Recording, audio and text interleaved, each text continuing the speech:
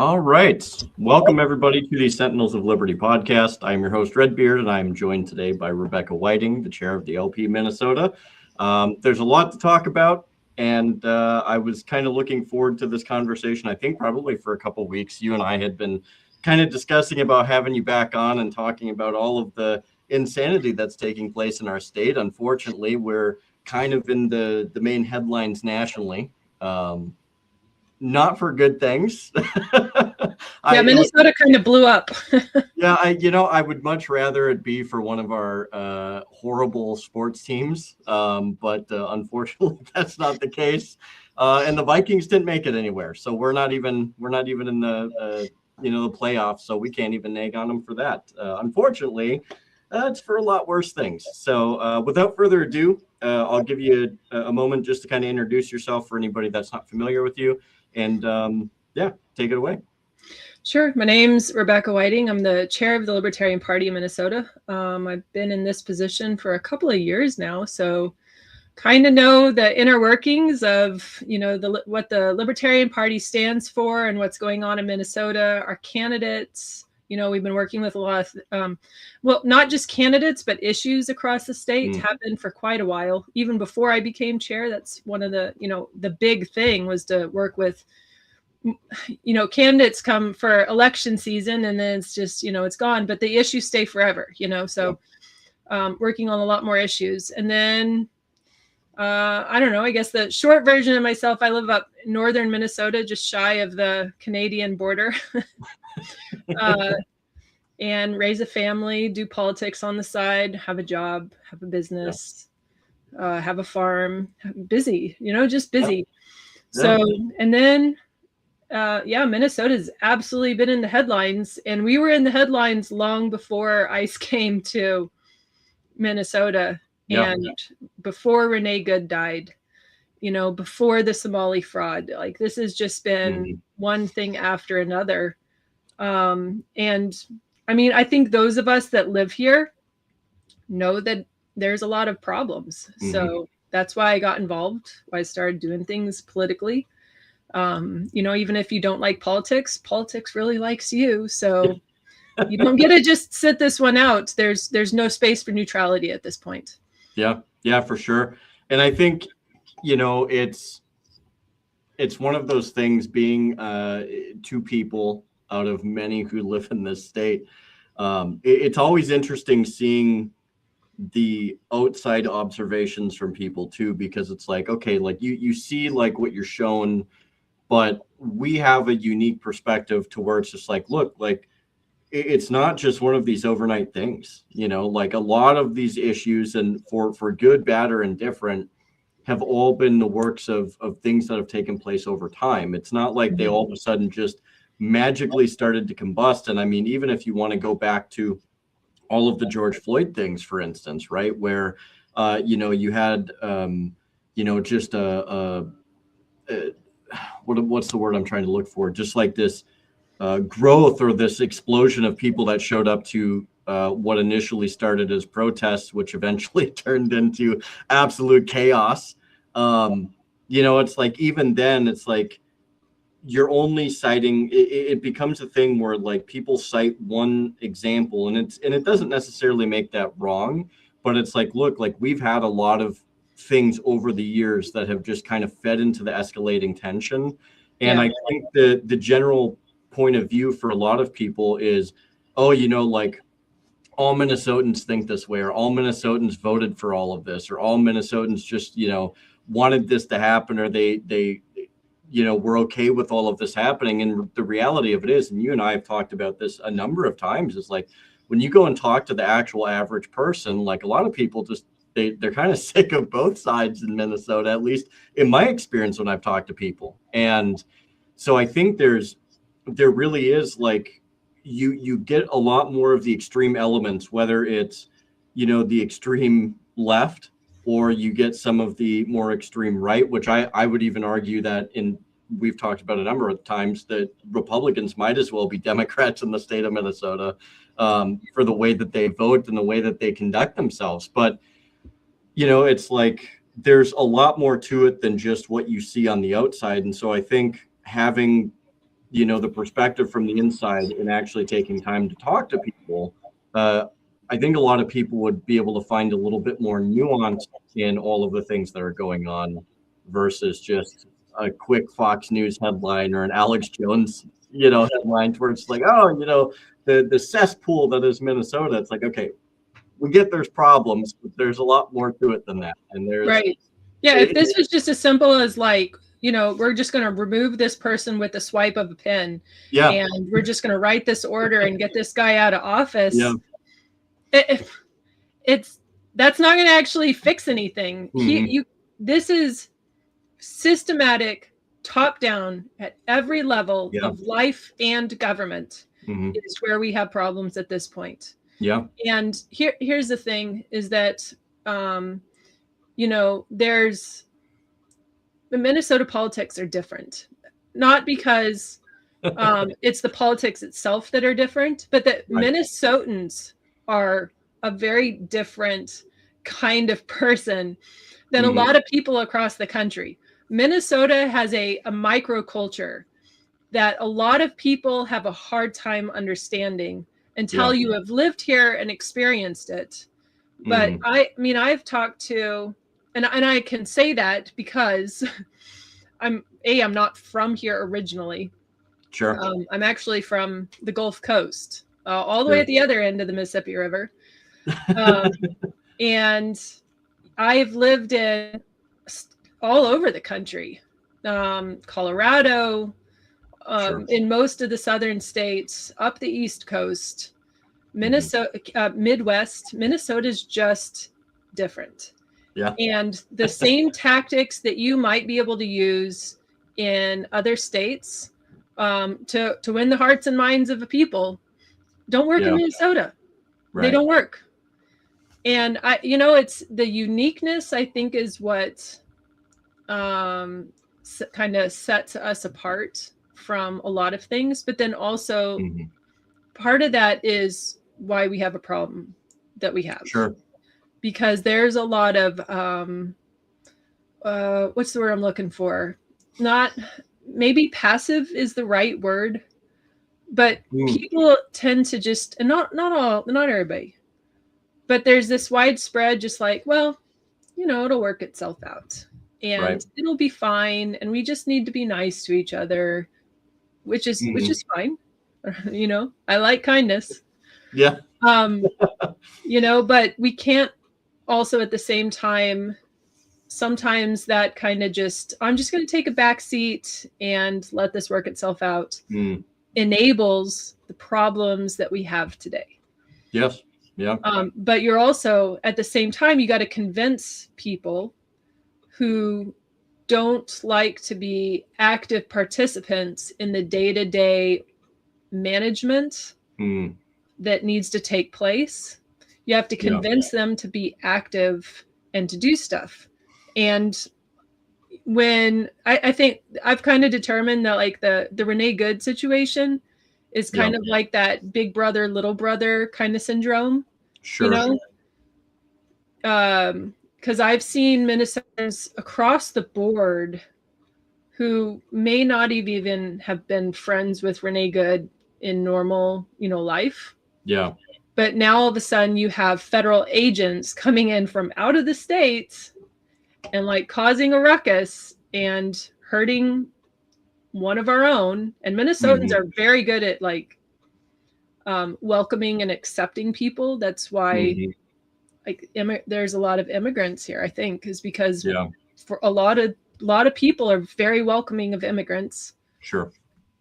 But that's also outsiders too. I mean, I was one of them, not and that and everything's fine until you mess with one of us, and then people are pissed. And right now, that's where they're at. They'll sit back and watch and say, this is going to be fine. Everybody's happy. Let's just get along until something goes down. And then people don't just sit back and take it. I mean, that's what you saw with the rioting in Minneapolis during the George Floyd stuff. Right. And you're seeing it now. There's thousands of people in Minneapolis every day, thousands that are protesting. and have been since this happened. And it's not just Minneapolis, it's Mankato, it's Duluth, it's Bemidji, it's spreading, it's all over the state. Right. And the worst thing the federal government can do is just be like, you know what, we see this situation and we're just going to send in literally thousands of more agents. And man, it's going to only make it worse. Yeah. Yeah.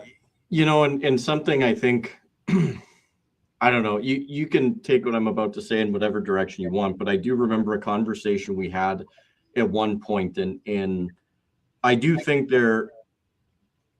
and I hate to even kind of go into such generalizations or like break it apart this way, but I do see, two distinct types of Minnesotans too. To where you definitely have more of like the metropolitan city-esque type individuals. And I'm not saying that there's anything wrong with them, but then you also have people that grew up more rural. They've made their life rural. That's just what they know. And and I can't help but to think, when you consider these different types of people, and you could have people that agree from a rural background and a city background on a variety of different things. I'm still relatively convinced that, we're not, I think a lot more people are not necessarily as left-leaning as a lot of people would like to make it out to be. I'm not purely convinced that even of a large demographic of people who are left-leaning or Democrat, that many of them are they're heavy to that side, or to the point to where they've become almost fanatical. I've met, and I say that just from my dealings with a variety of different people, and I've found that a lot of people are generally, they're generally just wanting to kind of, like you said, kind of get along. They just want to, go about their business. They want to figure out how they're going to make a car payment, or how they're going to pay their mortgage, or pay their taxes or their bills. But they do become kind of like a beehive at times, to where it's just like, you did not do that. But I think that how that comes out too is distinct in the two different areas of the population. And when you look at especially how like the major cities, react to things, and they go about dealing with different things versus like the rural Minnesotans. I've dealt with both people. And the farther north you go, depending on who you talk to, like they hate I know hate's a strong word, but I literally have met people that are they want nothing to do with anybody from the cities whatsoever. They don't even care if they live in Minnesota, because the only thing that they see is nothing but absolute unfettered chaos. And I'm not even saying that that's right, but it's like there is this perception also to where, a lot of these old timers who I've talked to in my railroad days, when we'd stop at like a place to eat, they're just like, yeah, we're better off without the cities. If we could exist without the cities, we'd be far better off. And you see some of the same thing from the cities, to where it's just like, oh, those people in the sticks, they don't understand. They're not with it. And so I think that also plays a dynamic too, that a lot of people don't tend to see. And I think a lot of people don't fundamentally understand that Minnesota is still a very rural state. There's a lot of publicity that exists within the Twin Cities, Brainerd, Duluth, and a few other, St. Cloud even are some of the major hubs. But, beyond that, it's like, I think there's a lot more there than a lot of people see. What's your take on that? And how do you feel that also factors into a lot of the things that go on today? Because I think without evaluating the population like that, it's also hard to kind of get some of that nuance. And like you said, you can't go at Minnesotans the same way to try and get support as you would in other places. And I think that factors into it also.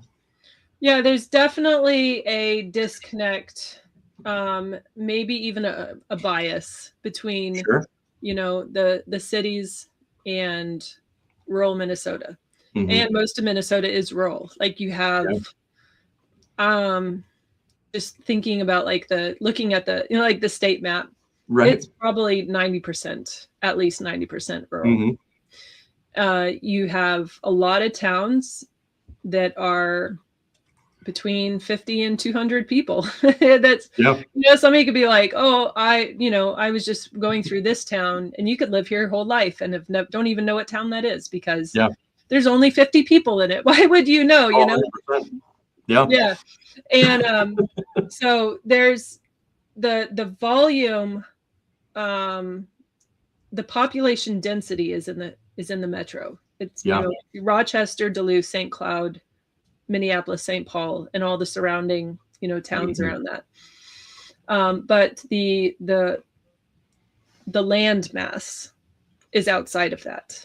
Yeah. And so you can very easily get outside of the populated areas and just just drive and see nothing. Oh, for sure. Yeah. For a while. I know when I make the trip south, I leave Bemidji, I go through Akeley, and then there's nothing. Right. And Akeley is like a gas station, that's all that's in Akeley. And then you hit Motley. Motley's also, it's got a little bit more than a gas station, but not much, And so, I remember a few times, because I make the trip between Bemidji and the metro a lot because of what I do. And there were a couple of times that it was kind of a running joke that every time I left the metro, some major meteorological event was going to happen on my way home. And it's enough of a drive. It's a good 4-hour drive for me. Oh, for sure. From there. And I have hit snowstorms where there's just like, you might see 10 feet in front of your bumper, and you only know you're still on the road because if you go far to the right, you hit the rumble strip, and you go too far to the left, you hit the rumble strip. I mean, you go in the ditch, you are screwed. There is no cell phone signal. There is nobody else is on that road except for, like the moron that makes that drive. And, so there's just, it's hard to imagine when you are shoulder to shoulder with somebody every day in and out throughout your entire, daily life. Everything you do is in close proximity to a lot of people. Sure. That once you get out into the woods, into the sticks, basically, that there's just nobody. Right. And that's really not that far outside of the metro. No. So it's hard to imagine when you live around nobody, what it's like to live so close to so many people. And it's also hard when you live so close to so many people, what it's like to live around nobody. Yeah. So, I mean, I've lived in both. I've lived in very, very populated areas, but I really enjoy not being around a lot of people. Yeah, it's peaceful, so, but there's the bias is there from the cities. The bias is also there from the country folk. So, they don't want, our way of life messed with. And I think that a lot of the bias from country or from this, the cities is just, in my opinion, it's a lot of arrogance. Sure. Because you get people that come out and, this is their second home. They're coming out to their lake house, driving up the price of things around here because they have the money to do that, to sell and buy whatever they want. Sure. And people out here don't have a lot of money. That's not, you come out here not to get rich, but because you're just kind of looking for a slice of that pie. And I think that the wealth is in the land. It's not in the dollar. That's why we're here. Right. And in the cities, they'll see the wealth is in the dollar and not in the land. Right. Which they can keep that mindset. I'd rather them stay there than come here anyway. So. Yeah, no, and I think I think evaluating the two types of, and I see it as two different types of people, because I'm sure you could take whatever subset or subcategory and they would probably fit somewhere in that diagram, if you will, right? But I think that's important to understand. And I grew up more rural. I grew up kind of out in a township, a small little township, and a lot of smaller areas. And I had a house that I lived in growing up, and we had property. I could step out the back porch and go shoot a deer and have it, dressed up by lunchtime, and we'd be having, venison by dinner. It's like, it was nothing for us to do that. And I do think that there is kind of a schism that does exist where you do have that more self-sufficient Minnesotan that lives more rural. A lot of people I know that live rural want for nothing. It's the simple pleasures. If you take a trip to the city, it's like, oh my gosh, like we're doing something big, right? This was something, and I know a lot of people also that live rural that they still take a trip to a different state. A lot of people still go to different countries. They're not like, these people aren't destitute by any stretch of the imagination, right? But yes, they do value what they have versus what they don't have, or that dollar chasing, or whatever the case is. And I do think that there is a clear, distinct difference there. And I think that factors in very much so to the politics side of things, especially when you look at, things like what are going on right now. You look at the fraud, you look at how all of these issues impact Minnesotans. They're not going to impact Minnesotans the same way. So it's going to hit rural people different than it will city people. And I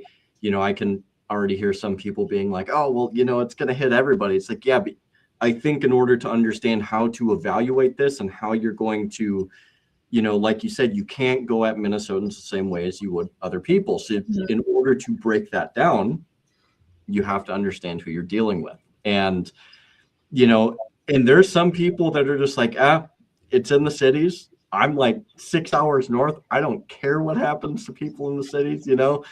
That's also an unfortunate thing too, and vice versa. And I'm here kind of to put out the point, like, a lot of these issues will affect us across the board, and we have to find a way to bridge that gap and like start to rectify these issues. And I want to make just a side point, like, for all the bad that is happening in Minnesota, there are a lot of good highlights for Minnesota since Minnesota's been a state. There's a lot of fun little lore. There's a lot of different things that Minnesota's known for. But so there is good in every place. I do believe that. But we're in the here and now. And so I want to break down some more of that, especially like the fraud, because one of the times I had you on before, actually, I think almost every time I had you on, we talked about fraud because it's so prevalent. But what is, just to kind of pitch you a question here, as far as the fraud's going, how, in your mind, how extensive is it from what you've seen? And, is it just relegated to like the daycare, or is it, a lot deeper, as I think you've mentioned before previously? Like, how far does this go? I think it's just, okay, here's the thing. When the Democrats had their trifecta, okay, they were able to pretty much do whatever they wanted to. Sure. We went from having a $17 billion tax. We had, what was it? I think it was 17 billion over, we had tax revenue, and there was a big pot, right, of just money in the state. And then we got the Democrat trifecta, and they just started passing stuff. I mean, like, they could just pass whatever they wanted to. Sure. And so, like, that's pretty much the Democrat dream, right? Like, nobody's going to stop them. They get all their pet projects, all these little things. We're just going to fund this. It's free meals for every child that goes to public school. And actually, if you don't, even if you homeschool, you can go to public school and get free meals too, by the way. So, you have all of these things. And to the extent I just want to, because it's hard to be like, they funded all this stuff, and for somebody to kind of wrap their mind around what $17 billion looks like. But they not only did they create all this, they boosted what the state needed in tax revenue because they had that $17 billion, pot of money, without a plan on what that looks like long term. And then then we went from 17 billion extra, and now we're a $9 billion deficit. Yeah. So was that $26 billion of tax revenue in 2 years? But also, like, those programs that they funded aren't going away. So that's kind of the mindset of the Democrats. The Republicans there were some people that tried to, like, hey, we shouldn't do this, but ultimately the Republicans in Minnesota are just useless. And I have friends that are like in these seats, and I know they're trying to do stuff, but I mean, you got to recognize a losing situation when you see one. Sure. I know this is your, anyways. And so they created all these programs that have no oversight. There's almost, like they're like I said, they're just funding everything.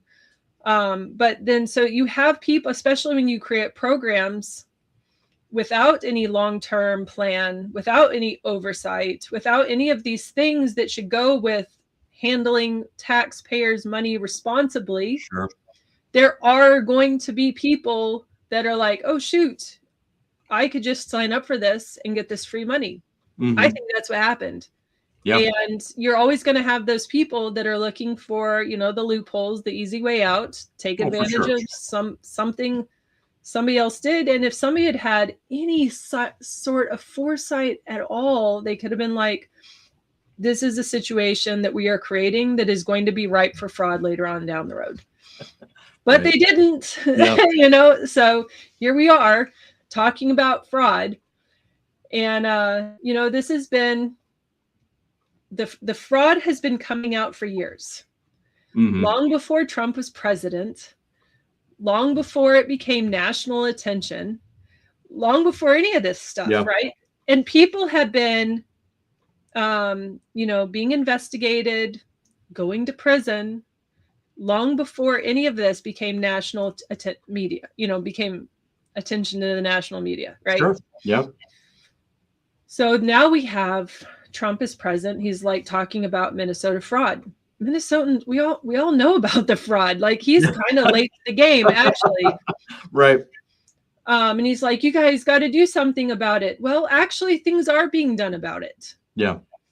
But again, the mindset of creating these situations where somebody could come in and take advantage of it, that's not gone. Sure. And that's going to take time to really, because that's, at this point, it's part of the culture. It's part of the political culture. Right. And you don't just change political culture overnight, right? Right. Yeah, exactly. So, I think what we have is Trump is very accustomed to throwing his weight around and saying, you better do this or else. In the meantime, making these standards that are just so extraordinarily high so that you could avoid the or else, that the or else is going to come no matter what. Yeah, for sure. And so that's kind of what happened is, all of a sudden we're talking about Somali daycares, and the Somalis. And this is kind of where I start having a big problem with this, right? Because the daycare, the fraud, all that kind of stuff that was going on is not a Somalis that did it, but it's not all the Somalis. Like, why are we wrapping up all of these people and saying that, oh yeah, all of them engage in fraud? And that's not true. That's not even close to true. Like, as a libertarian, we don't believe in collective punishment, right? Sure. People are responsible for their own actions, their own things. You shouldn't be punished just because somebody that originated like you did also did something wrong. Like, that's wrong on all levels. Right. But that's what's happening. And then, so now you're like, well, the Somalis. And then now we have ICE agents coming in to take care of Somalis. And it started out for the couple of hundred, and now we're up to 4,000. Right. Just in Minneapolis. So I am curious, because I have a couple other points that I'd like to hear your take on as well.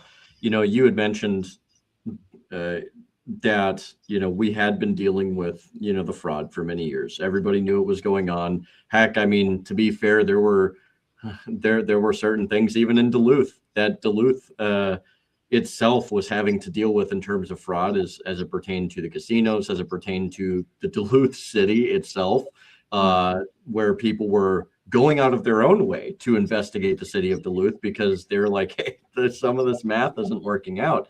And so, I think that's one of those things to where it's like, oh, well, we can't mention the fact that, individuals, and again, it's not everybody, but like there is some form of like reprisal, right? Like it's not like all of these people are just getting away scot-free. There's people sitting in prison right now because of this. Right. And and the other thing that I think about too is, so you're not seeing that, there's this idea of just like, oh, Minnesota's just allowing this to happen. I don't think that's necessarily the case. I mean, you could make that case for any form of corruption in any state, but it's a very generalist take. And I'm not saying that like we don't have it bad in some ways versus others, but in the end of the day, it's not like nothing is happening. Now, that also being said, there's a few other points that I wanted to put out there where I do feel like there are many Minnesotans, though, that do feel generally powerless in terms of trying to do something. And I do think that there is some validity to that in terms of it does seem like the Minnesota government does make it very hard for the average person to raise that question and to get any form of answers whatsoever in terms of like, hey, like, what are you doing? Why are you doing this? Literally, like, don't walk away from me. I just asked you a basic question. The fact that you're walking away from me is kind of, like, take it how you want, but it's kind of incriminating. Like, it's very sus in the least that you're not willing to even answer like a basic question about something that you should 100% know about, seeing as you sit on a committee that covers this stuff, right? So it's like you have that aspect of it.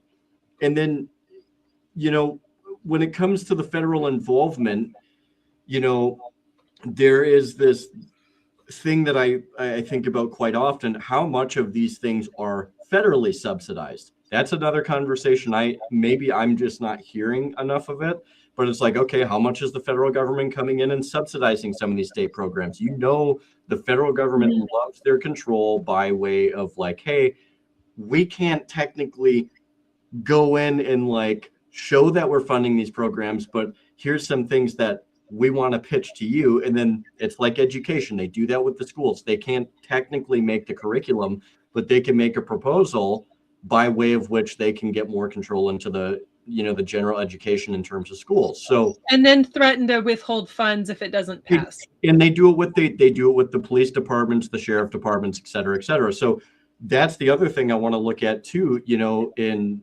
is, okay, how much of this is federal subsidies? How much of this is federal funding? And then even if you have the federal government that comes in and they start doing all these things that Trump, talks about, it's like, oh, like we got to come in there and, everything's a nail and we're the hammer.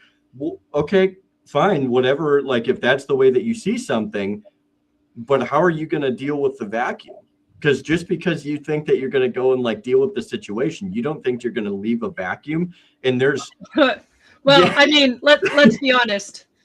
Trump is very willing to employ regime change, right? Sure. Like, that's just the way he is. We're just gonna like take out this. He's a dictator. He's awful. Like yeah, and it's one of those. Why would Minnesota be different? Like he uses that on other countries. Why would he not do that for states within our own country? Right, and there's a lot of, I guess there's a lot of things that I kind of just threw at you there, but wherever you want to kind of take that or start on, please do. But those are just certain things that I've thought about because you made a lot of great points, and especially when it comes to like, okay, what is the federal government actually subsidizing? Because look, if there's anything that shows that you are subsidizing these programs, then you're just as culpable as any of our government politicians, right? So, and the government's never going to investigate itself, because if it finds itself culpable, it's going to say, well, it was necessary. It was for the greater good. and I do want to Well, and then remind they'll people, hide behind qualified immunity, because oh, remember, government 100%. officials get qualified immunity. And I guess just to kind of round off what I'm saying, you know, and I mentioned this through a conversation I had recently had with a good friend of mine. All of these people that are championing all of the things that Trump are doing, whether it's foreign policy, domestic, whatever the case is, it's like you do fundamentally understand why, you know, everybody says Congress is broken. Yeah, it is broken. I'm not going to deny that it's not broken. But in the end of the day, the more power you give to the executive at this point in time, I don't want to hear a single thing about when a Democrat gets into office at that point, because it's going to happen at some point down the road. Mhm. It may not be the next election cycle, but when it does happen, all of this power that you now just provided to the executive is Yeah. can, will, and eventually is going to be used against you. And I'm not really interested in hearing about how terrible things are, because you voted for this. Like, people literally have voted for this. They're admittingly voting for executive, like egregious executive centralized power. And, you know, so this is something I want to put out to people, is be very mindful for the things that you support with the executive in terms of the federal government, and even down to the executive as far as the governor goes. Like, let's not get too far abroad there. Whatever power you hand to the executive, whether nationally or in your state, will and is going to be perpetuated from one administration to the next. That's how it always works. So a lot of people should be extremely mindful of that. And, you know, it's like, I'm just not in favor for that type of expansion. So I know I threw a lot at you. Yeah, no worries. So one of the things that has already happened is that the USDA and whoever is, you know, part of that federally, like whoever's in charge of the USDA, I can't remember her name, but they did announce that no more USDA federal payments will be made to Minnesota as a result of the fraud. Because of the fraud, that was part of their justification. I could pull up the letter and read it, but you can go find it. So, you know, and that's the thing, is that there's this ambiguous, like, you know, like, well, you got to take care of the fraud. But again, things are being done about the fraud, you know, like, so how squeaky clean does the state have to be before they'll be like, okay, now that's good enough? Because, you know, there's no end game here when they're like, you have to do something about the fraud, while there are actively things being done about the fraud. But that's not going to be good enough, because that's not the point, you know. So none of this is the point. This is just a distraction. But the USDA did announce that, yeah, they're halting all payments to Minnesota, which is, and here's the thing, and most people probably don't know this, is that 75% of the farm bill is SNAP benefits. That's food stamps. 75% of it is. And so, you know, when you have a population, it is a lot, you know, the farm bill was made to create social programs that would ultimately benefit farmers, but they did that by, like, you know, food stamps, this kind of stuff, by saying, hey, we'll pay for food for, you know, poor folk. And by doing that, ultimately, it helps farmers, because then the farmers can, you know, have people got to buy the food. Long-term results of that are that it's just the big corporations now that, you know, food companies have kind of consolidated since the Farm Bill was originally, you know, made. And actually, you might not know this, but do you know who founded the Department of Ag? Like federally, or everybody's favorite good bad guy. Oh gosh, it was Lincoln. It was Lincoln. He founded the Department of Agriculture. I was way past Lincoln, because I was already thinking like 1900s. I didn't know it went back that far, but yeah. The only thing I remember. But I mean, like, you know, the Republicans have always been, the Republican Party was founded on increasing federal government and centralizing power. And so the idea of having a small government Republican is just an oxymoron. It's the Republican Party is big government. It always has been. But yeah, that was one of the things that Lincoln did, was found the Department of Agriculture. And now they're going to withhold USDA funding to Minnesota until we do something about our fraud. Which, who knows when it'll be enough for them, because that's not the point. I think that all of this is Trump doesn't handle competition very well, I guess is maybe the right word. And Minnesota's, our governor, Walz, ran on the Democrat ticket against the against the Trump ticket. Yeah. And so I think that in some, Trump is arrogant enough that there's just this, we got to get, this is a thing against Walz. And so we're going to send in all these ICE agents to do something about the immigration problem in Minnesota, while ignoring literally all the foreign, not completely ignoring, but, like, you don't see this. You're not seeing this in the southwestern and the southern border states. Sure. Not like this. We're not having people, shot in the street, being detained simply for being an immigrant, which is happening. That is happening. Like, they're just picking up people who aren't U.S. citizens, but who are still here legally. They're just picking them up. That is happening. I did see a video, and I don't know, it was a shorter video. I don't know necessarily like what the causation was for, whatever the case is. And I never take everything off of a short video as like, that's all there is. But it was interesting how I did, that video, and there's several others where you did have ICE agents literally just walking down the road and like, papers, please. Essentially like, let me see your ID. It's like, my guy, like, this is full-blown police state. That's what this is. How can you? So that was always going to be what was going to happen. As soon as they started sending so many federal agents to a city like Minneapolis that has a long history of being maybe hyper overreactive, like. Right. Do you think if you want a reaction, you're gonna get it in Minneapolis? I was gonna say in obviously, like, I think it's kind of like a softball question, but it's like, I mean, is that really like? Do you think they purposely sent them there to elicit that reaction? Like, do you think that they really knew, like, we're going to send people in here because we know that? And so I know I'm kind of rambling a bit here, but in my previous episode that I did with Sean Kennedy and Tom Edlum,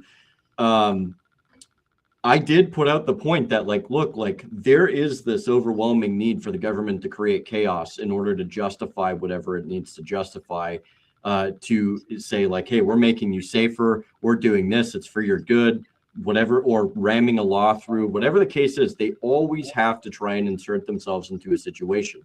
And, it's like, it wouldn't surprise me if that's the case, right? Where they're like, okay, we know for a fact that if we send people here, and look, I'm not saying that, that there isn't an issue with illegal aliens. Okay, that is a full conversation in and of itself.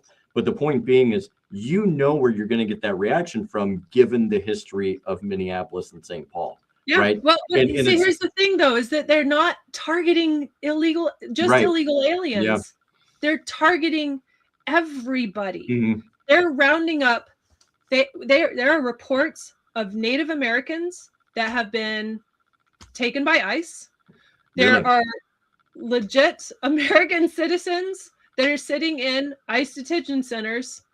There are people who were here on legal status, did everything right, are going through the process that now nobody can find. Yeah. And they're just picking up everybody. They're not here to fix a problem. They're here to cause one.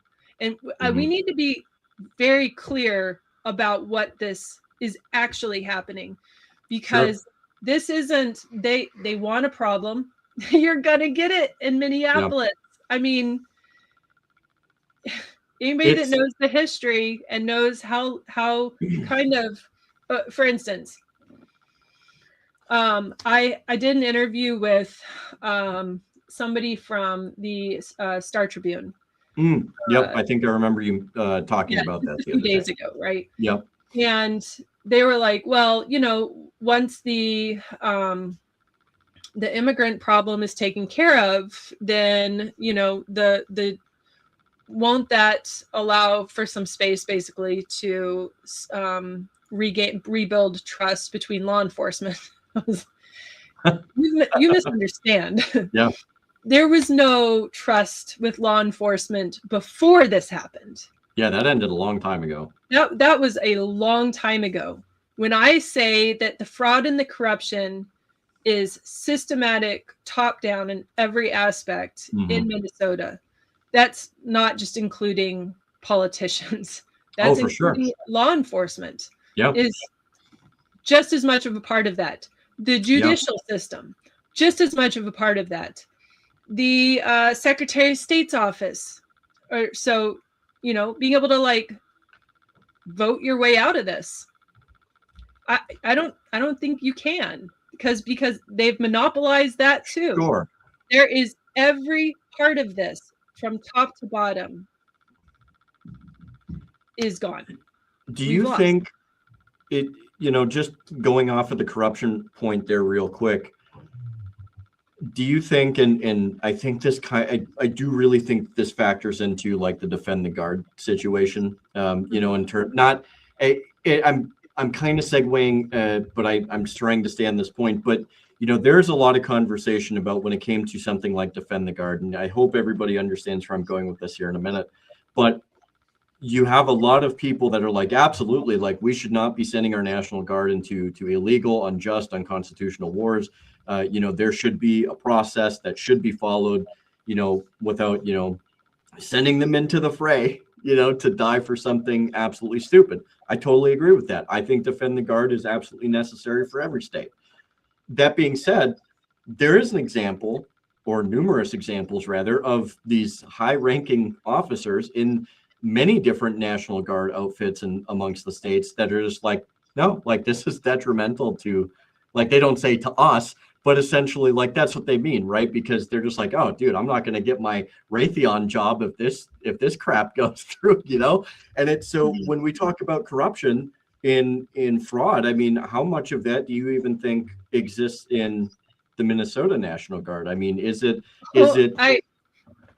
Oh boy. So, okay. So this is what happened, just as example, for Minnesota, when we started really being able to get some traction and we had the energy and we had people behind us that were in the positions to be able to push the bill and take it to the floor and get it through the committees and all that kind of stuff, because to pass a bill, you have to have the version of the bill in the Senate, and the same version of the bill also has to pass the House. Yep. You have to pass both to become law. Yeah. So what happened is that we had somebody in the Senate who carried it by himself for quite a while. And we never had anybody in the House that was willing to take up the bill. And then, so I had developed kind of a working relationship. I had some respect for somebody that was my representative up here. So 2B, he's House 2B, Matt Bliss. And, he's always like, well, I'm a constitutional conservative. I'd run and listen to him talk. He had helped me with other bills that, specifically agriculture bills, because that's kind of like my thing. And the rest of this is just kind of a necessity. Right. Yeah. I'd much rather be with just my cows. But so I'd been working with him and, had his phone number and I could call him about things and just be like, hey, and I did that about the Defend the Guard. And I talked to him about it the first time. And he was like, well, this sounds good. Let me talk to a few people before I decide what to do about this, and didn't hear back from him, which was unusual because he's kind of a, he's really easy to work with because he was very communicative and he was easy to get in touch with. And then all of a sudden He wasn't easy to get in touch with, and it revolved around the Defend the Guard bill. And what had happened is that Minnesota National Guard generals had told him that the Minnesota National Guard did not want the Defend the Guard bill. And so not only did Matt Bliss be like, well, I'm not going to author this bill, but then he became hostily opposed to it. Yeah. Problematic because he is the Veterans Committee chair or co-chair. They have two chairs because it's a power sharing agreement right now. Yep.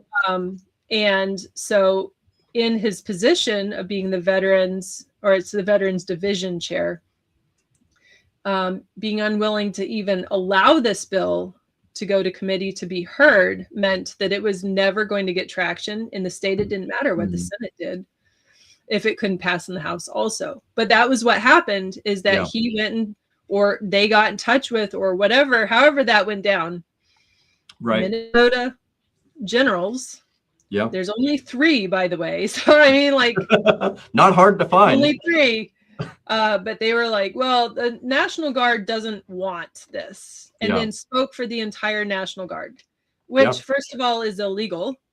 You're not allowed to use your military position to be political and push bills that benefit you. It's called the Hatch Act. You're not allowed to do that. But that generals do depend on, getting deployed into these kinds of issues, especially a National Guard, general, where they only, well, and it's different for generals because then it comes much more political. But to be able to gain rank in the National Guard, there has to be a slot open for you to move into, not necessarily just like you have enough time and grade and rank and we're going to promote you. Okay. So it's different than active duty in that manner. But then even, more so. So like they're literally putting their careers ahead of what is better for not just Minnesota National Guard, but, knowing that this would take one of the tools, one of the assets to the military industrial complex away. So there's absolutely that going on behind the background, that these people who are propping their own careers up and their own person up are doing it on the backs and the blood of American people to ensure that they continue to rise the ladder. Yeah. And specifically for us on the backs and the sacrifice of Minnesotans, right? To me, I think that's what strikes home. And the reason I brought this up, and I'm happy you elaborated on all of that, because it does beg the question, when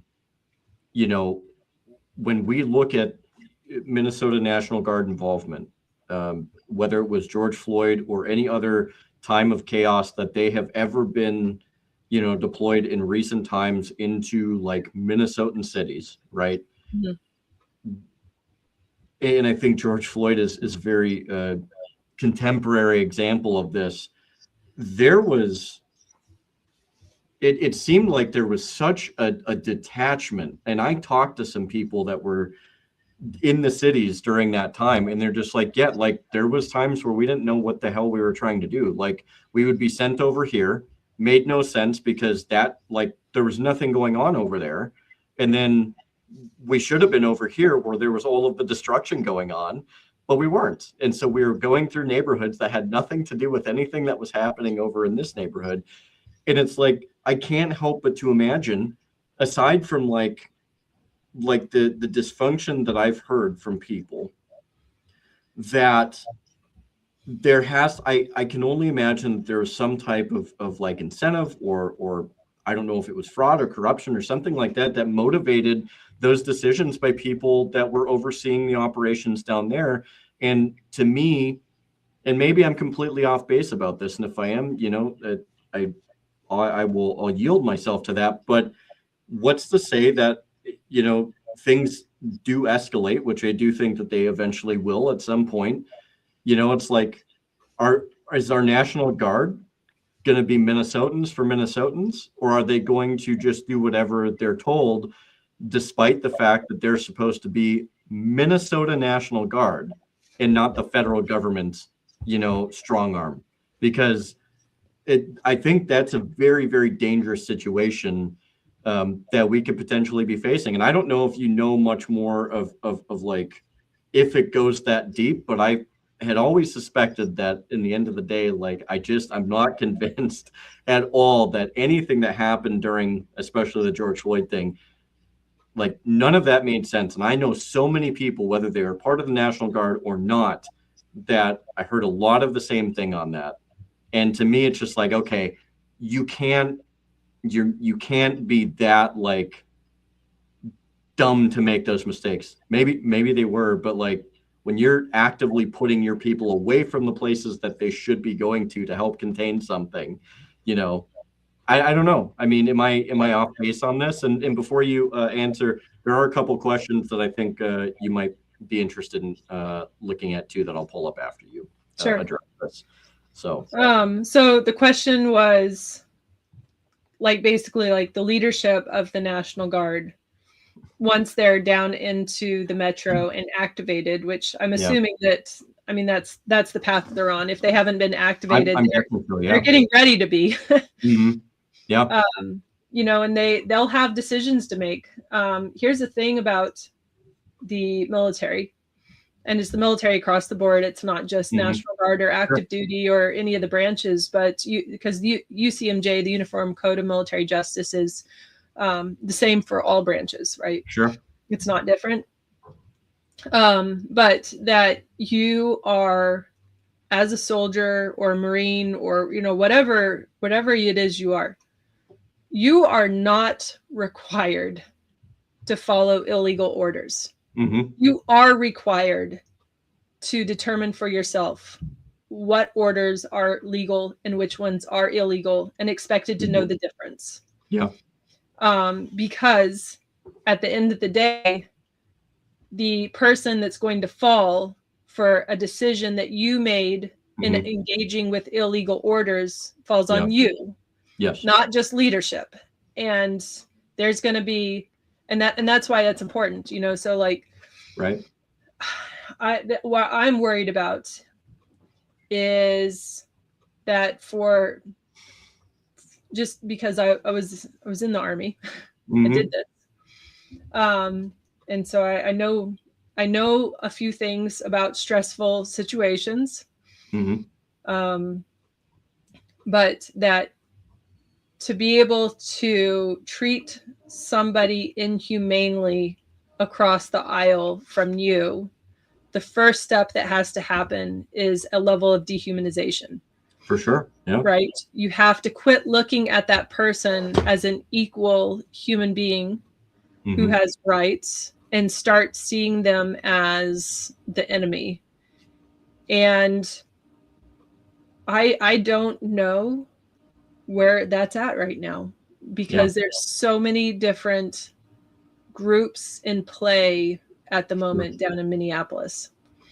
Yeah. Well, not just Minneapolis, but across. And yeah, for sure.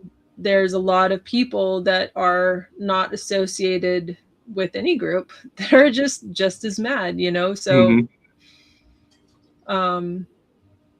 not just mad about ICE, but just about like how people are being treated and that kind of thing. Yeah. You know, so I don't know what's going to happen. Honestly, I wish I could like say what the leadership is going to do. Whether they're going to put Minnesota ahead of, you know, what they get out of all this. Right. Yeah. But I don't honestly have a lot of faith in humanity at the moment. So I'm feeling a little cynical. Yeah, no, and that's understandable. And I know it was kind of, it's kind of a difficult question to some degree, because it's like, I think part of us are just like, dude, like, come on, like you know what the right thing is to do, you know, like, you know, that like how you should conduct yourself. And I think there's part of us that still hold out a little bit of hope, right? Like, because that's, you know, we don't want to look at everybody as just like this, like in this way to where it's just like, oh yeah, like 100%, like they don't care. Like, it's because it's kind of a depressing thing to think about to some degree, right? But it's like, at the same time, I mean, when you look at how things have been conducted, you look at the amount of fraud, you look at the corruption, you look at all of these different things, and I still, again, I come back to this realm of the riots and all the destruction that happened down in the cities are surrounding the George Floyd thing, and I can't get it out of my head to where it's just like, dude, like I really do think that somebody was just told like, hey, you look the other way and there's going to be an incentive for you somewhere down the line. And here's the thing, kind of that within that own culture of the military too, is that people look out for each other. So even if you do something that's illegal, the people around you in your squad or your platoon or whatever, however it is that they're going to be organized, their teams, whatever it is, they look out for each other, and that's that camaraderie and that trust with your battle buddies is important. But also, you gotta. So it's a double-edged sword. For sure. Yeah, I agree. Hopefully not departing too much from the general conversation, but a good friend of mine actually brought up, in terms of like the conspiracy theory, as he puts it, of the fraud money sent to Somalia that was paid to send displaced Palestinians there. So I saw that on there, and I haven't heard of this. So I don't.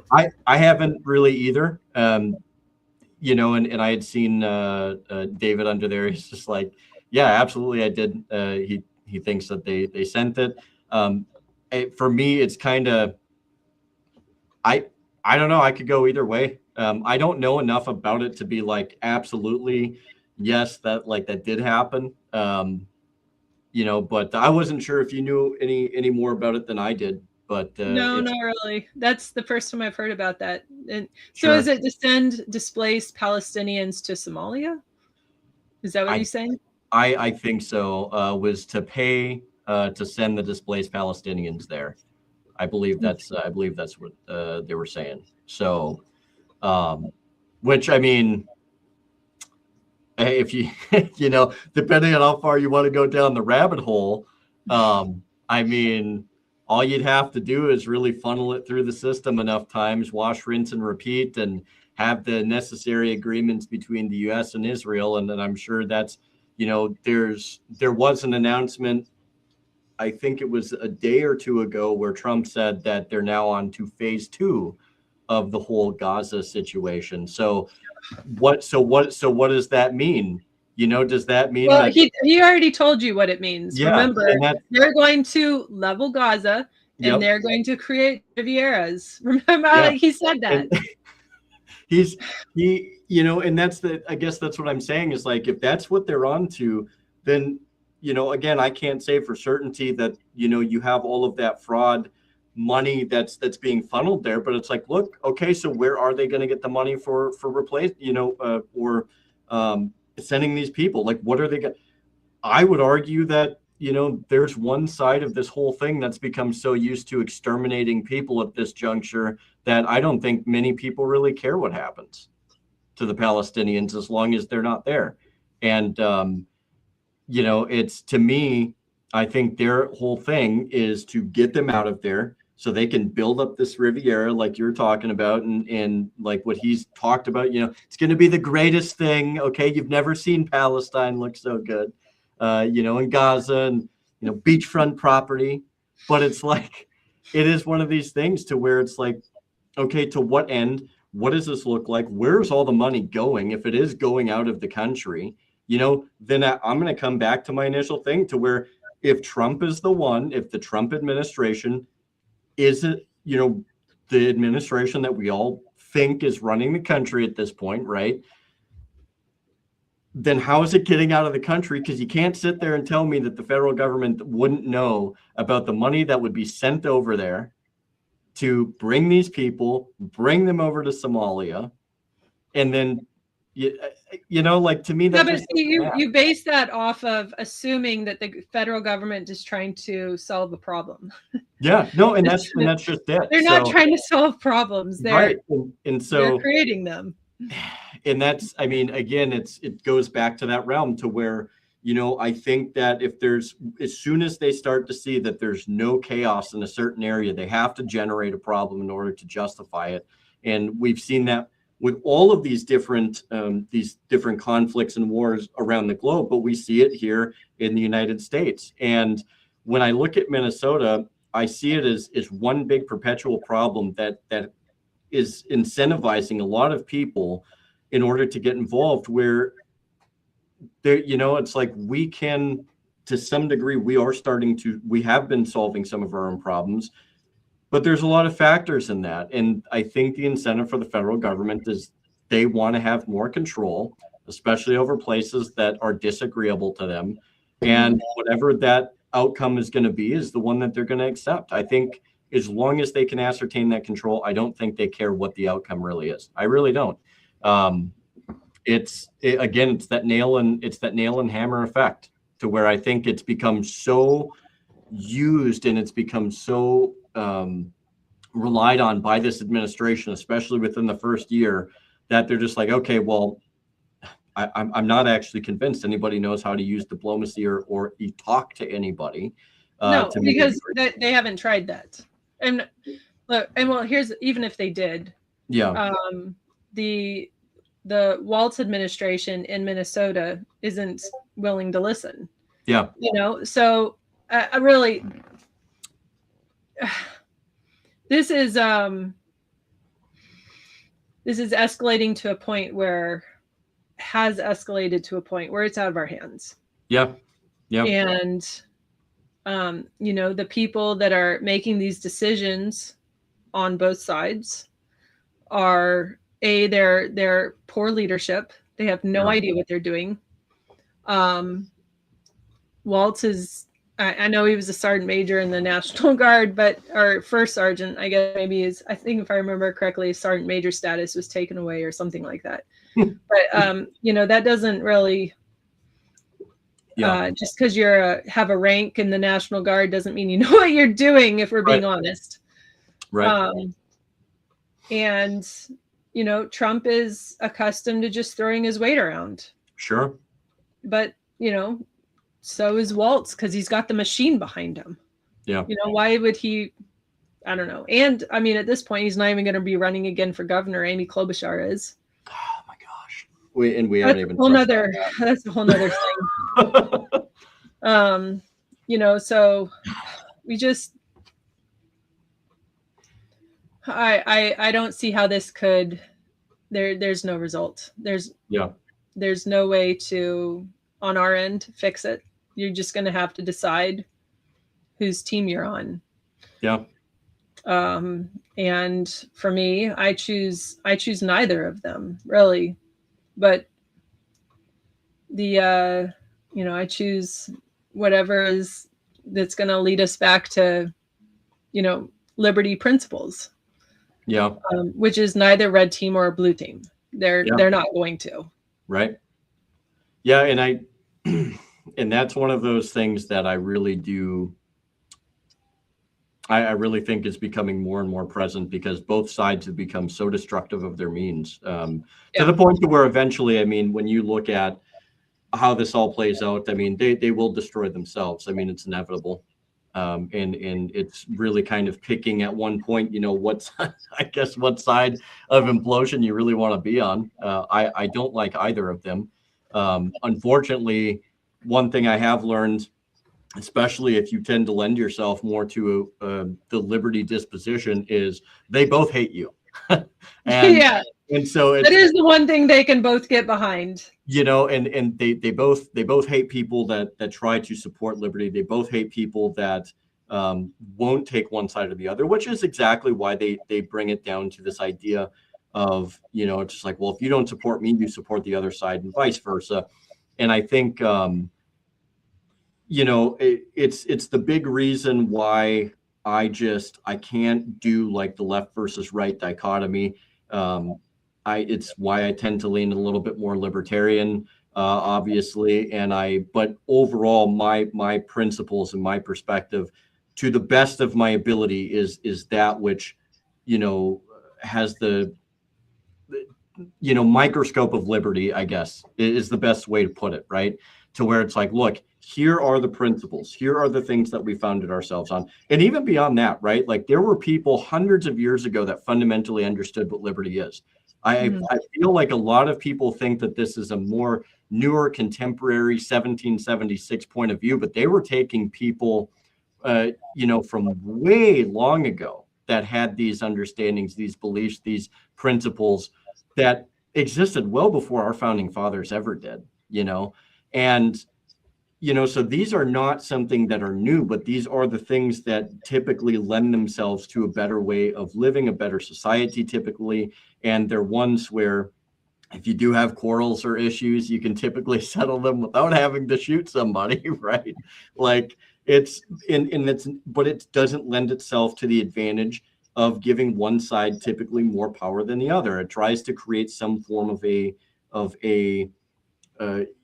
balance or a control mechanism that's not control in the sense of like the state. And I feel like anybody that has any sense whatsoever of supporting those types of principles, is public enemy number one. That's just the way that it is. And so, well, because that makes us, like those of us that do that, you can't be controlled. Right. And so what they need is control. Both sides use a large centralized federal government to control the people around them. That the conflict isn't on who is right and who is wrong, but who wants to have the reins of that control. Right. And so, like you said earlier, like anytime that you give, and the right will say, oh, well, this is justified. We're asking ICE to do this. This is totally justified, but now we've set a precedent. Yes. And that precedent can never be unset. That federal government is also never going to willingly give back that power that it just exercised. And so for me, there is no other option but then to resist this. Yes. Because the natural result of the path that we are on is a complete and full-scale police state. Yep. That's what's happening. Now, like you saw the left that justified the lockdowns, the restrictions, the vaccine passports because of a sickness, right? But now you see the right, Trump exact same thing because of immigration. Yeah. The result is still the same. It's still a police state. Right. And so at some point you have to say, this right, left, this back and forth it doesn't ever actually fix anything. We just keep descending into chaos. And that the problem isn't whatever it is that they're using to justify the use of the federal power. Sure. It is the federal power in itself that can just, decide one day that we're going to use this as justification to take rights away from the people. Sure. And so that's what our position is across the state. That is what we stand for. I wrote a statement, and I don't have it in front of me, otherwise I'd read it. But the short of it is that the way that we had, after Renee Good was shot and that whole incident went down and she died, is that the best way to avoid situations like this is to not have the federal government micromanaging Minnesota in the first place. Like that just really is what it comes down to, because once you put all those, people into play, it's too late. The stage is set. And I think it's awfully telling too, because it happened several times over the last year. And I wish, like, it was almost a telegraph too. And look, I try to be as fair as I can across the board, whether it's Trump, Biden, Obama, Bush, whatever the case is. They all have their own peculiarities and whatnots, right? But in the end of the day, there was an absolute telegraph of the type of I think the type of thought process that he entertained when he did several times during the last year, doubled down on, no, I think the vaccines were the right thing. I think the way that they were implemented was. Well, remember, the vaccines were his baby. Yeah, and that's what I'm saying. Operation Warp Speed started under the first Trump administration. And that's and that's one thing that a lot of people have pointed out. Again, it's just like, none of this should be surprising. Like, he was giving tells, he was giving signs as to like, this is the way that he felt. And it's not, and I know that a lot of people are going to take that and they're just like, oh, you just hate Trump. It's like, no, actually, I dislike an enlarged executive in general. It doesn't matter who's in the executive. Like, that should be a very tiny, very like powerless position as it was intended, right? But it's like, in the end of the day, when you have somebody that's in there and they advocate for these programs, then there's a 4-year lull, and then they come back and they really have this they really have this disposition to where everything is a military option. Everything, domestically, abroad, it doesn't matter. It's like, we knew that this was potentially going to be the case, and everybody ignored it because of the fact that, like, oh, he's supposed to be a savior. Just like the left thought that Biden was going to be their savior, right? But in the end of the day, I still look at it as elder abuse personally. I think it was horrible. I don't even have to like Biden, but the guy clearly was not there. But it's like, look, it's not like the signs weren't there that he absolutely was willing to ram through whatever he wanted to with the executive.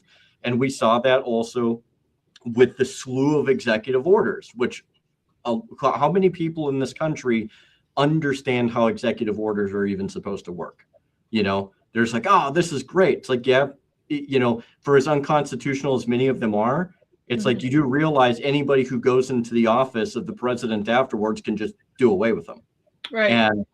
And so there's this whole like downward slope that so many people tend to chase, and they think it's the next best thing, and they think that this is going to be the greatest thing. But again, and I hope this is still in line. Like, this is an administration that knowingly still is avoiding touching the Epstein files, right? Yeah. Okay. This is the administration that wants to come in and utilize military force, right? Because let's be honest, like, ICE is very militarized at this point. You've seen the gear that they're in, and along with a lot of police departments that get fat subsidies from the federal government, this is the type of situation that we're in. And these are the people that are saying, hey, trust us, we're doing the right thing. It's like, you are covering, at this point, you are absolutely covering up for a large, very intrinsic or intricate pedophile ring, and you're acting as if it's not a big deal. People are, that basically runs the country, a pedophile ring that runs 100%. The country, and that is an integral part of the intelligence system, not just in the United States, but worldwide. That's why they won't touch the Epstein stuff, because they're all incriminated. They're all incriminated. They used it as a tool for campaigning, because people were so willing to believe that Trump would come in and fix this, because they were so afraid of the Democrats. But again, like, it just and there's a lot of questions still, and it came up even today, where there was this, I don't know if it was the same guy, it may have been the same guy, it may not have been the same guy, but there was a guy who was part of the intelligence community from Israel that was over here, or at least did an interview with one of the mainstream media. And he was talking about, like, no, we have to deprive the First Amendment, essentially, in order to save the First Amendment. And this is Florida the same just type passed a law, like, basically making it illegal to speak out against anybody from Israel. And on top of that, we let a guy who is also, I don't remember if it was the same guy, but it was also another IT guy that was here in the United States in Las Vegas for a convention or like a big IT meeting, who was caught trying to meet with a minor, allegedly, and he just, like, he gets to skate. Like, why are we allowing this type of thing? And a lot of people will cite, like, oh, Israel has a non-extradition. I'm sorry, if you're here and you commit a crime, bro, you're not leaving. Like, you should not be leaving until we get all this stuff sorted out. But we let them skate. And there's a lot of other things that are really, alluding to the fact that there are very strong ties to Israel, which brings up its own concerns. There's a lot of things still that are going to Ukraine, which is another concern because Ukraine is still not out of the picture, and they have one of the worst human trafficking records in the world for the amount of people that are trafficked, for like sex and many other things, right? A human organ harvesting is another big one. But the point is there's all of these webs, and none of these things are being answered. Whatever the list is that we got, 100%, nearly was all redacted in black, but people were able to go on and take the black redacting off. Right? I did see that. For being, these people aren't actually clever. Yeah, so it's in the end of the day, it's like, this is the administration that people are propping up, and they're saying, no, we have to do this, and this is fine, and this is okay, and he's a constitutional president. And but then when they realize they're losing that argument, they're just like, wait, who cares about the Constitution? It's like, so that is actually that is becoming the real face. They don't care. So yeah. I've seen this circulating in conservative I know groups. That was a lot. I'm sorry. No, it's fine. I've seen this circulating in conservative groups, though, that they're like, the First Amendment doesn't actually cover protests. You're not allowed to protest. That's not a First Amendment right. Okay, so they didn't call it protesting in the First Amendment, but peacefully assembling is the same thing. That's you can go protest and hold up your sign and yell. That is still peaceful. Yep. Even if your sign says something you don't want to hear, that was still within their First Amendment rights. They still get to do that. And then I've also seen people that are like, oh, well, you shouldn't, if you don't have anything to hide, you should just show them your ID. That's not the point. Yeah. They don't have a right to ask to see who I am just so that they can. I don't want them to know. I don't want them to know who I am. And they have no right to ask me. And I am perfectly within my rights to decline. Yes. And they can't, law enforcement can't be like, oh, well, you're impeding investigation. Am I being charged with something? And if I'm not, then you don't get it. You don't get to know who I am. It's not your business. And I don't want to tell you. And even if I was kind of indifferent about it before, I'm not now, you know? And so all of this is happening while at the same time. And some of you mentioned in your comments, a lot of this started long before. This started a long time ago. Department of Homeland Security has only been around since 2002. They used the 9/11 attacks to rationalize building up the Department of Homeland Security and the ICE, the immigration. Like that's where this originates. Yes, just to protect our borders, not come in and invade our states. Right. This is outside of what they're supposed to be doing.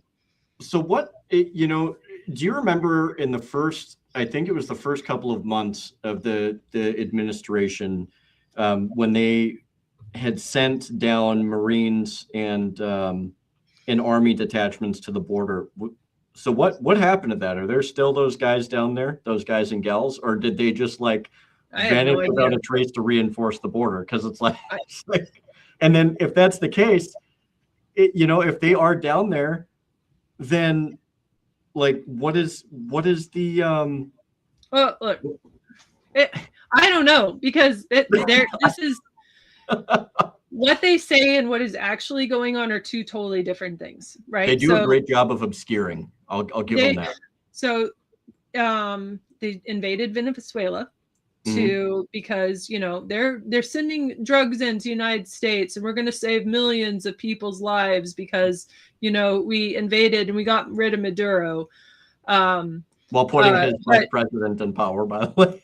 But they didn't do anything about Mexico. I mean, what's the difference between Venezuela and Mexico? Mexico's a lot closer, and we actually share a border with Mexico. And there's a lot of drugs going across the border from Mexico. Arguably, I don't know. I'm not a drug person, But I'm just saying that just Right. might seem like the easier, like, Mexico's our neighbor, Oh, So absolutely. then, Yeah. but then now that they're like, oh well, we're gonna save millions of Americans because we got rid of Maduro, being save us from the drugs. Oh, but Yeah. it's just as a side of, we're also Yeah. going to take over their oil production and distribution. Oh, Like for we're sure. also going to do that at the same time. Oh, and by the way, we're also going to start just confiscating oil tankers that And it's come into all this imaginary line that we drew in the ocean, and we're just going to start taking them like modern day pirates. What's the and it's difference? all based off of Trump's morality and how he feels on the day, because anything else aside from that doesn't matter. And I know the gist of that was said regarding international law, which look, I won't get into that broader debate because I tend to fall on a particular side, to where it's like, look, we're the United States. We should be sovereign. We should, we have our own laws, right? Like, I don't think that we should We're be at that. sovereign. We should respect the sovereignty of other nations Right. too. And But we that's don't. like, that's a basic principle, right? But it's like, in the end of the day, it's like, I take what he said there and I apply that domestically. I don't care about the foreign realm, because like, foreign realm is kind of, it's chaos in and of itself. And I really don't think until everything falls apart that's going to change. I think it's going to be an empirical thing until the very end. That being said, the notion to where he utilizes his own moral compass at this juncture, according to his own words, I'm not trying to spout conjecture or my opinion. These are kind of his own words here, right? It's like, that to me is like, oh, so like, if you wake up one day and morally you feel like one group in the United States, just doesn't need to be here anymore, like, what does that be? And people might say that's extreme, but in the end of the day, like, it only takes one time of it actually happening to where it's just like, okay, well, like, he's already willing at that point to do it, right? One time is injurious enough, to the point to where, like, it should never be accepted. But here Right. we are. So can I address something that was in your comments earlier? Yes, please do. So somebody asked, and I guess would have to scroll up here, about third-party options. And I feel like that I am obligated to say something in regards to that. Yes, please do. Shoot, I don't even see it anymore. I think it's... Oh, right here. Was it this yeah. one? So I might know a thing or two about that. Here's what the Libertarian Party needs in Minnesota. We need active, willing participants to be part of the party and to be part of the activism that we participate in, the issues that we attach ourselves to, and to just really part of your, what your podcast is called, be a sentinel in your own community. Yep. And for knowing what's going on, like building that network across the state. I think the MAGA movement really hurt, the liberty groups, because there were a lot of people in liberty groups that moved over to the dark side, along with MAGA. Yeah. And they really believed that Trump was going to be the most libertarian president ever. I mean, that includes like the Libertarian National Chair at the time, Angela McArdle. She believed that was going to happen, and it didn't. So like, as a result, though, of that, you have the liberty groups that still exist. We are struggling for people. We're struggling for membership. We need people to come to our events. We need people to participate in the day-to-day management activity, things that we need to do to keep ourselves going. There's a lot of opportunity right now to be involved and to do stuff. The easiest way to get in touch with myself, because I'm not, is to go to the Libertarian Party of Minnesota website. And if you're from Minnesota, it is super easy to become a member. It's $5 a month.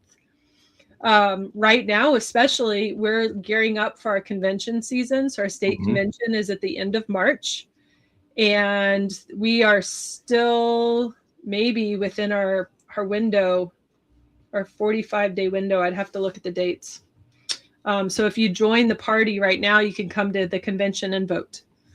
And Right. you know, we do a lot of business. It's a good time. We actually like each other, you know. So that's I think that the Libertarian Convention in Minnesota is more of like a family reunion, I guess is what I would call it. You know, we do have there's it can get exciting, and it has Sure. that's, you know, it's not always going to be the case, but right now we have a really Sure. good group of people, very like-minded, also very concerned about, you know, what's happening across the state.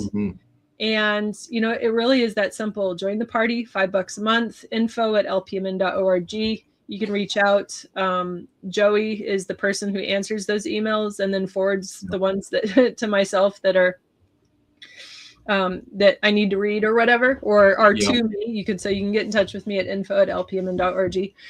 But also we have an affiliate system across the state where that if you would like to have basically a vote on the executive committee on what we're doing, you know, any of that kind of stuff, or just to, like, you know, get a group organized in your community, you can help establish an affiliate. All you need is 4 people to get an affiliate established, and you know, have a meeting, vote on some bylaws, because you need a you know, something to help keep yourselves organized. And then but there's those of us that can help, you know, work through that process. But really right now that's the biggest thing, is to look at becoming a member. Become a member by, you know, $5 a month. And that would be super helpful, because we do have a lot of things coming up this election season, which has started out kind of with there's a lot of activity already. So, I mean, you know, what happens tomorrow, it could be totally change everything, because that's just, I mean, we're only 18 days into January, and this is already a lot. And I heard this morning, but I was just, while we were talking before, I Googled it to confirm, but they're activating 1,500 active duty military to send to Minneapolis, in addition to the ICE, in addition to the National Guard. 1,500 active duty soldiers sending to Minneapolis. Is that what I had kind of alluded to the other day, pertaining to the Insurrection Act? Is that what they're trying to use, or is this a separate call up? Let me read a little further down this article. It doesn't necessarily have to be the Insurrection Act. So I wasn't sure what the specificity is there. I know sending active duty military in isn't unheard of. For instance, that they sent active duty military army into New Orleans after Hurricane Katrina to help. And, you know, I guess help is, I was actually I was active duty Army when that happened, and from New Orleans. So, but actually already in New Orleans, because that's where I was from, and I was on leave when Katrina happened. And so did the whole Katrina thing, but then also they were like, I got a phone call from my squad leader. It was like, hey, we need you to come back because we're being activated to go to New Orleans. And I was like, I'm already here. I'm already here. Yeah. So I don't know if this is, I don't know. But if this is part of the Insurrection Act, or if this is just because they're concerned, it could be. So I don't know yet. I guess because we've covered a ton of stuff, a lot more than I actually anticipated. Because you know, when you look at fraud and corruption, I mean, and you see how expansive it really is. I mean, we could talk about this probably ad nauseum for the next 8 hours, to be honest, but if not more. But I guess the big thing is, and I know I've talked to you about this, I've talked to several other friends about this, and what I've found, and I don't want to put words in your mouth, so please, I definitely want your opinion, but what I've found is a lot of people have come to the realm to where the one area that a lot more people should be focusing on, because I think a lot of people feel like the federal fight to many degrees is kind of a lost cause in some ways. You know, there's movement here and there, but for the most part, it's it's the time and investment of energy and effort is not as well placed in many ways. That being said, a lot more people that I've talked to feel that the local and at the highest, the state, are the areas that are more deserving of where our time and energy is. And in saying that, I have one more part that I'd like you to kind of speak on as well. Where do you see things moving ahead, not only just for the state of Minnesota, but in your opinion, for the country? I mean, do you think that this whole thing is going to just kind of hold itself together with glue and duct tape, or do you think that we're coming at least to the edge, or like our Rubicon as a country at this point, to where there really is no point of going back, so we just have to do the preparation for just whatever we can for the future? And I know you and I have had discussions about this, and I think you kind of have an idea of where I stand on that, but I would love to hear your opinion or your take on both of those. So, well, remind me what the first question was, because my the first one only remembers the second. Yeah. So essentially the first one was, do you feel that the efforts really for a lot of people, if they want to see some type of change or some type of difference, are better placed in their local communities and at the highest level, the state, versus trying to overwhelmingly change something at the federal level?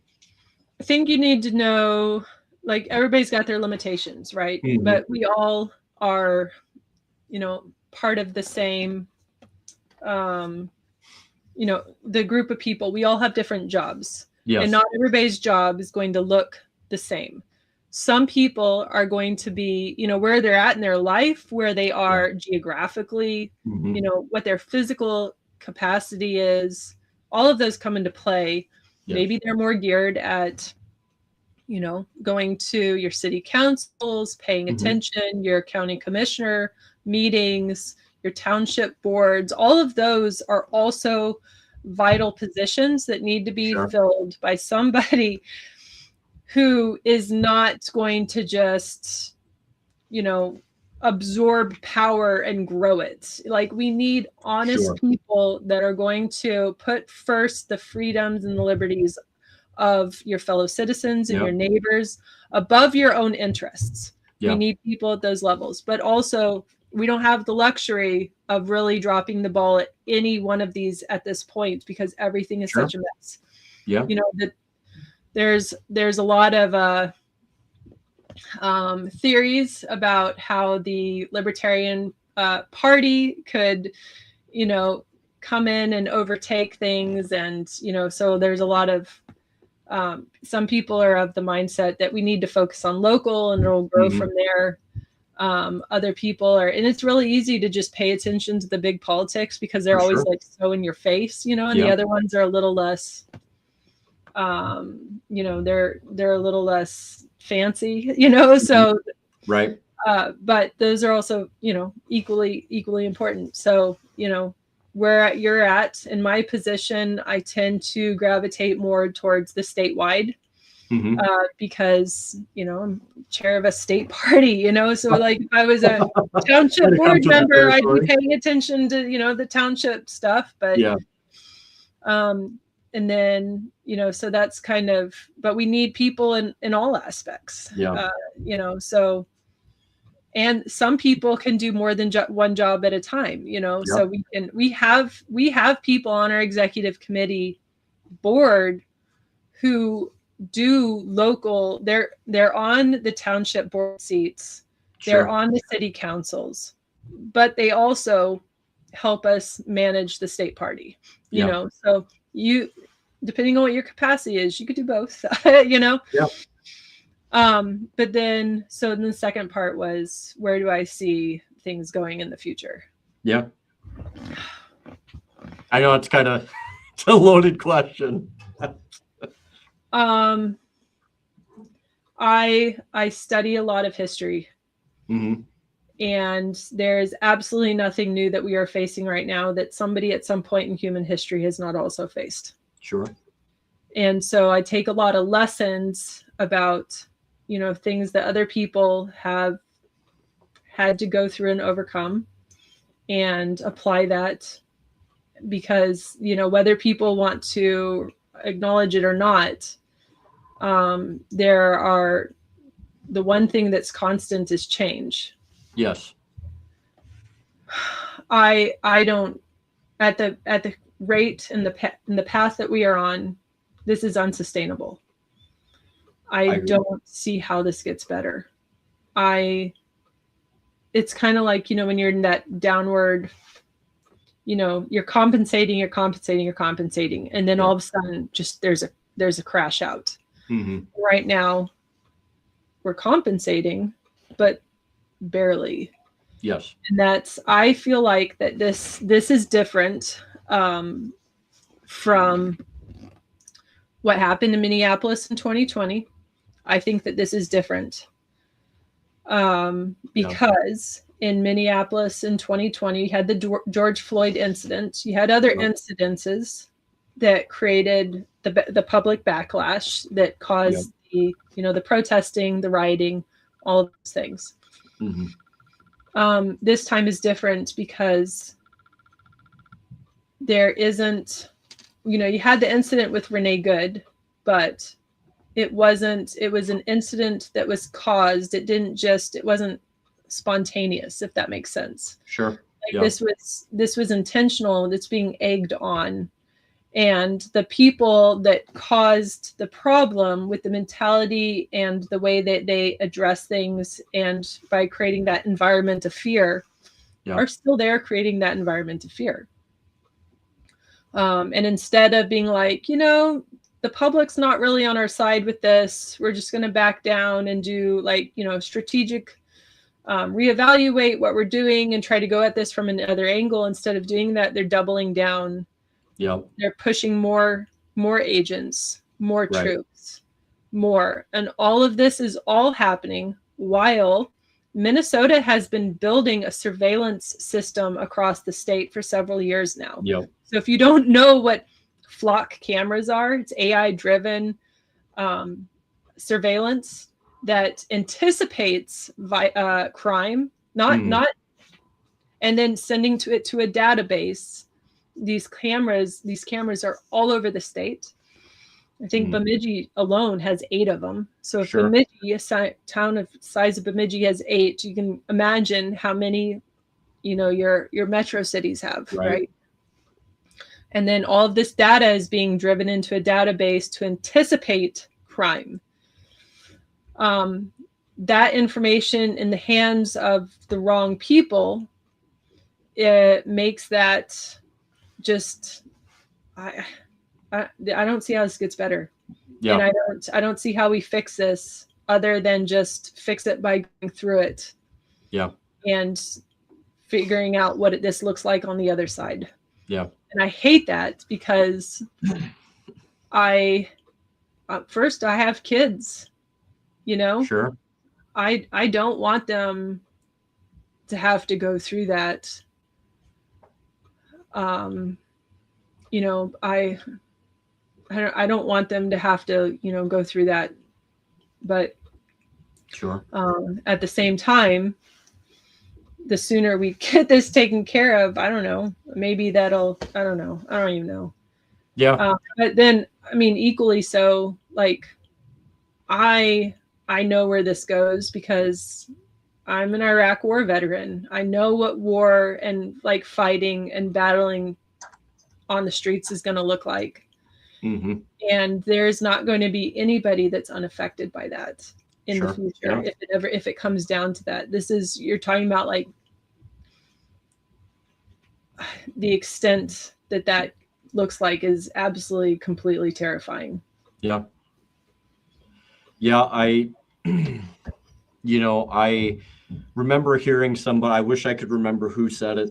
I saw it only a couple weeks ago, but they said, understanding the past and recognizing, the foundation that we, the founders set forth for us, the principles that they carried forth from people, even, far well before their time.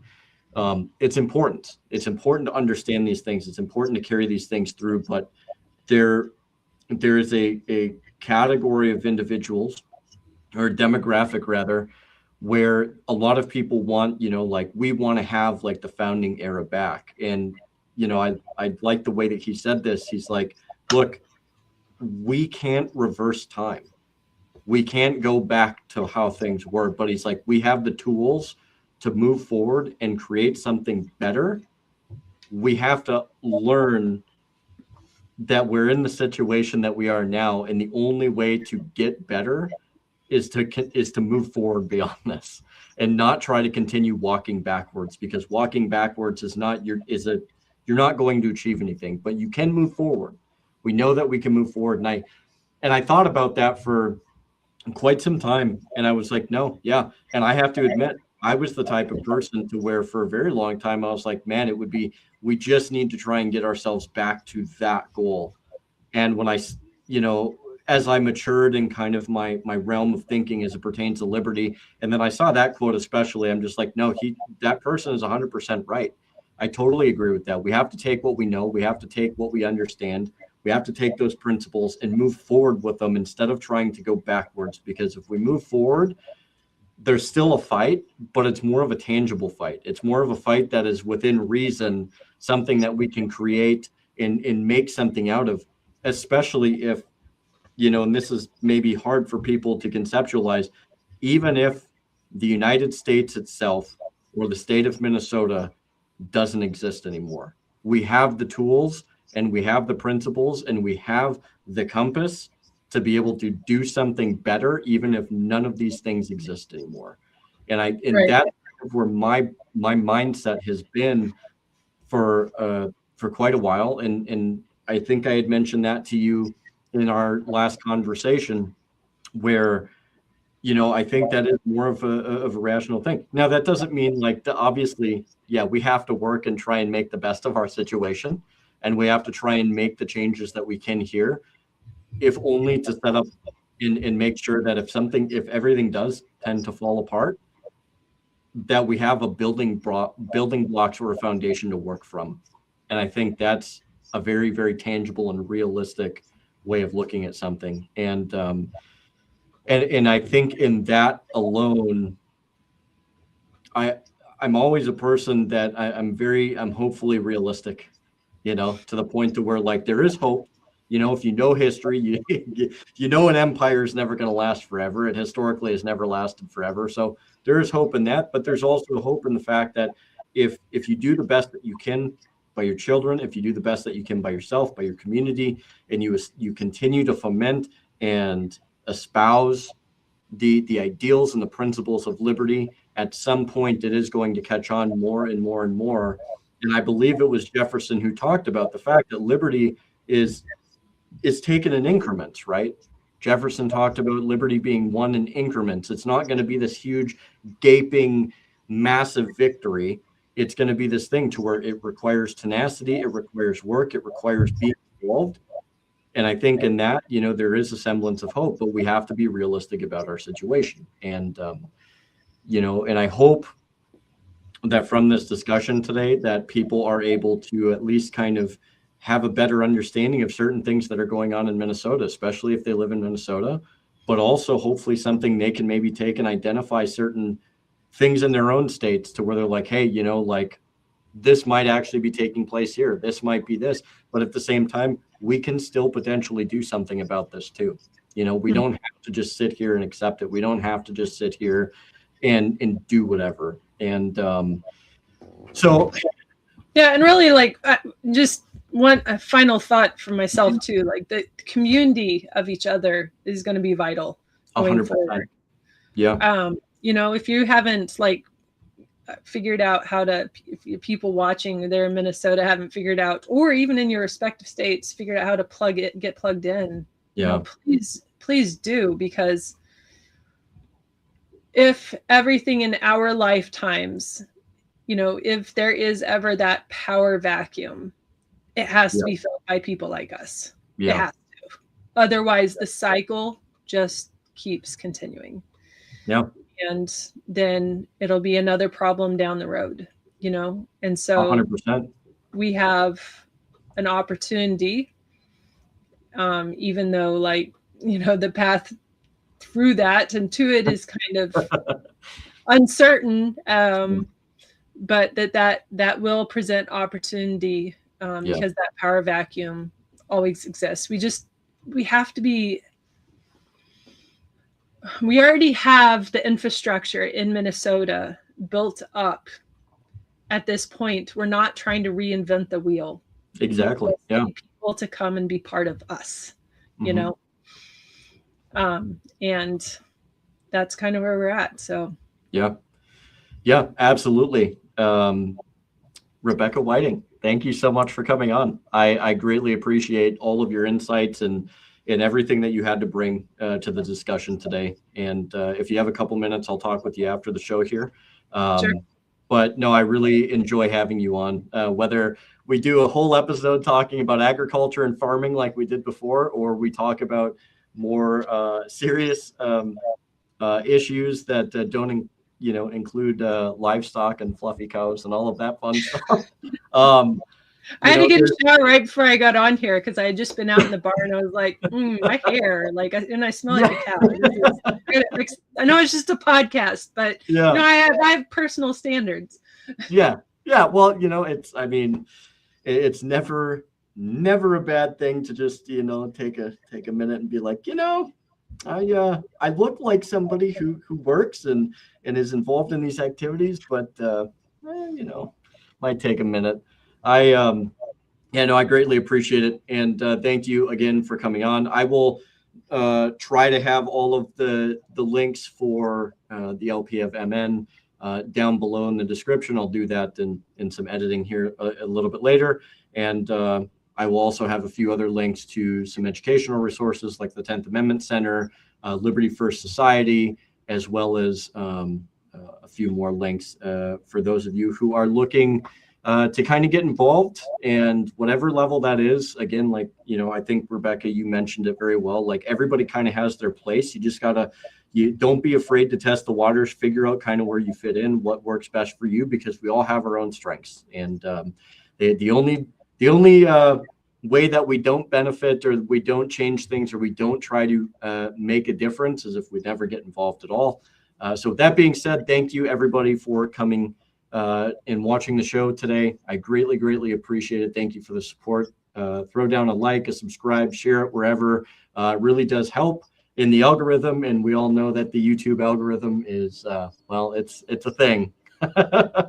So carry forth that torch of liberty, and I will see you guys actually next Thursday at 12 Central.